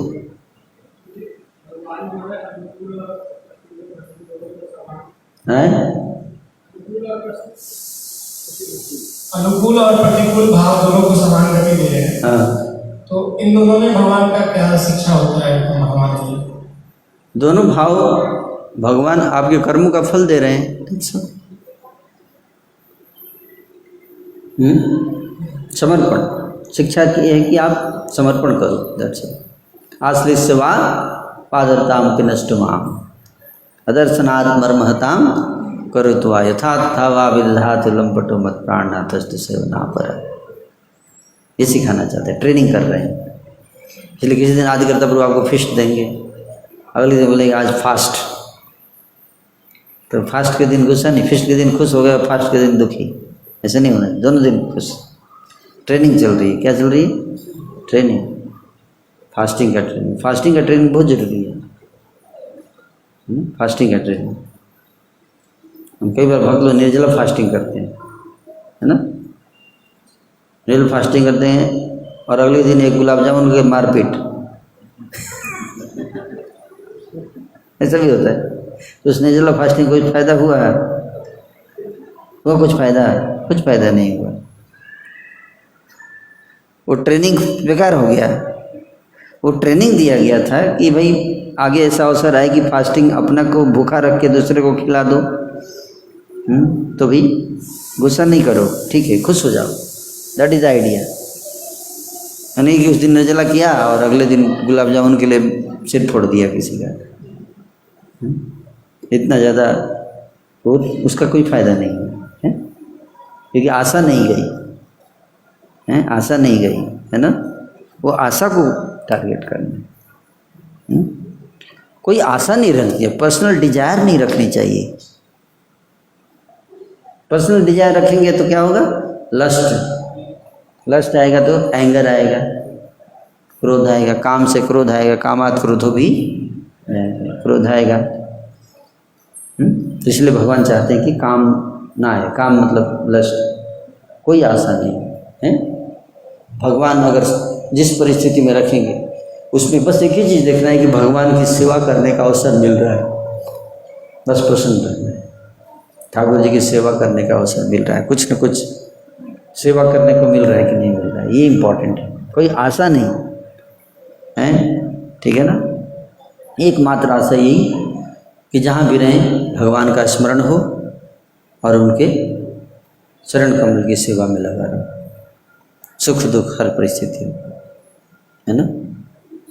सुख में तो है जब आप किसी को अब पिज़्ज़ा खिलाओ तो कोई भी सेवा करने के लिए तैयार हो जाएगा, है कि नहीं। कुत्ता भी तैयार हो जाता है, वफादार हो जाता है अगर उसको रोटी खिलाएंगे तो, है कि नहीं।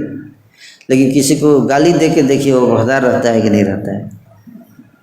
तो गाली दीजिए उसको, उसके बाद चेक कीजिए वफादार है कि नहीं। अगर उस परिस्थिति में अगर वो वफादार रह गया तो मतलब सही में प्रेम करता है कि नहीं। समझ में आ रहा है। पर आप टेस्ट मत करना, ऐसा है हैं। कई बार भक्त अच्छा आज मैं टेस्ट करूँगा, कई बार वाइफ सोचेगी कि आज जाके हस्बैंड को टेस्ट करती हूँ, बोलता है I love you I love you, आज वो गाली दे के देखती हूँ, है ना। टेस्ट लेने के लिए भी एक लेवल होना चाहिए, है कि नहीं। हर व्यक्ति का टेस्ट नहीं लिया जाता ना, जिसकी पढ़ाई हुई है उसी का टेस्ट लिया जाता है ना। तो इसलिए भगवान हमको परीक्षा लेते हैं। क्या करते हैं? परीक्षा लेते हैं। दोस्त की पहचान कब होती है? मुसीबत में, मुसीबत में, है ना। मुसीबत में ही पहचान होती है दोस्त की, कि मुसीबत में खड़ा रहता है कि नहीं रहता है मेरे साथ। आपका कोई बहुत बढ़िया दोस्त है, उसको टेस्ट करना है, क्या करेंगे आप? बोलिए उसको कि मेरी कंपनी बैठ गई, सारा पैसा ख़त्म हो गया मेरा, अब मेरे पास कुछ भी नहीं है, घर परिवार सब बिक गया, घर भी बिक गया, मैं भिखारी हो गया, 30 करोड़ का लोन आ गया। देखिए कितने लोग आपके साथ टिकते हैं, सब भाग जाएंगे, है ना। समझे बात को।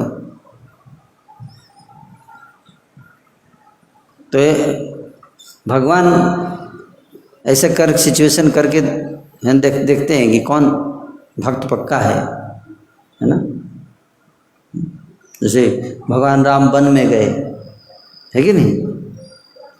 तो माता सीता को टेस्ट कर रहे थे, तुम वन में क्यों जा रही हो, तुम वहाँ बहुत खतरनाक स्थिति है, भयानक, वन बहुत भयानक होता है, इतने बड़े बड़े कांटे चुभेंगे, है ना, शेर भालू बाघ सब खा जाएंगे तुमको, बड़े बड़े असुर रहते हैं जंगल में, गद्दा नहीं होगा सोने के लिए, पत्तों पर सोना पड़ेगा, ऐसे बोल के टेस्ट कर रहे हैं। इसलिए मैं चाहता हूँ, कई माताएं तो मेरे को जाने के लिए बोला है वन में, तुमको थोड़े, तुम यहीं रहो, राजमहल में रहो, ऐसे टेस्ट कर रहे हैं, है ना। तो सीता माता ने क्या कहा कि आप जहाँ हैं वही मेरे लिए राजमहल है। अगर मैं इस राजमहल में हूँ पर आप नहीं हैं तो ये राजमहल मेरे लिए जंगल से भी ज़्यादा भयानक है। तो भगवान बोले बहुत ज़्यादा भावुक सोच रही हो, जंगल में जाओगी तो ये सब उड़ जाएगा। लेकिन सीता माता तैयार नहीं, बोली नहीं, यहाँ पे रहूँगी तो मैं मर जाऊँगी, आपके बिना नहीं रह पाऊँगी, है ना। तो भगवान समझे ठीक है चलो, फिर चलो, है ना, लाइक दैट। तो उसी तरह से भगवान हमको ऐसी परिस्थिति में डालते हैं, दुख में डालते हैं, है ना, डाल के चेक करते हैं, है ना। आप बोलते भी हैं, कृष्ण बोलेंगे दुख, बहुत दुख हो रहा है ना मेरी भक्ति में, हाँ प्रभु शिव जी की पूजा कर लो, दुर्गा जी का कर लो, जल्दी मिल जाएगा, कुछ मंत्र वंत्र है जप कर लो, उससे आपको सिद्धि मिल जाएगी, है ना, लाइक दैट। ऐसे बोलेंगे भगवान, है ना, वहाँ से माल मिल जाएगा आपको, है ना। टेस्ट करते हैं कि जाता है कि नहीं जाता है, प्रलोभन देते हैं, है ना, प्रलोभन देते हैं। जैसे किसी व्यक्ति को टेस्ट करना है तो क्या करेंगे, है ना, उसका ईमानदारी का टेस्ट करना है तो क्या करेंगे, ऐसे फेंक दीजिए 10,000 रुपया, वहाँ बैठा है, जा रहा है, रास्ते में गिरा दीजिए 10,000 रुपया, देखिए क्या कर रहा है ना। अगर वो पैसा उठा के आके टेम्पल प्रेसिडेंट को दिया, प्रभु जी ये किसी का पैसा गिरा था, तो समझ जाइए क्या है, पक्का आदमी है, हैं पक्का आदमी। और इधर उधर देख के पॉकेट में डाल लिया तो इसका मतलब फंस गया। समझ में आ रहा है? Like that. तो इसी तरह से भगवान हमारा टेस्ट लेते हैं, प्रेम का परीक्षा। हर व्यक्ति की परीक्षा होती है, हर क्षण होती है, हैं? समझ में आए? Thank you. हरे कृष्ण।